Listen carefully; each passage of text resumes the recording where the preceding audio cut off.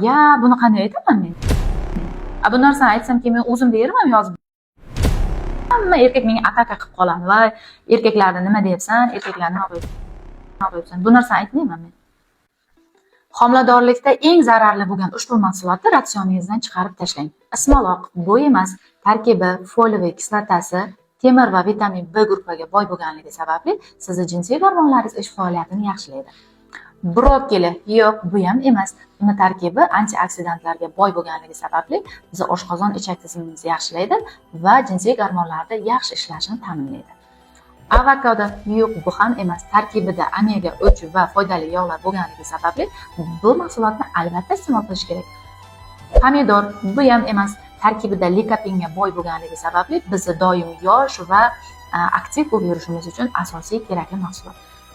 Qovoq tarkibida vitamin E, rux va temir bo'lganligi sababli ayollarda tuxum hujayralarining yaxshi ishlashini va erkaklarda spermagenez yaxshilaganligi sababli tezroq homilador bo'lish uchun yordam beradi.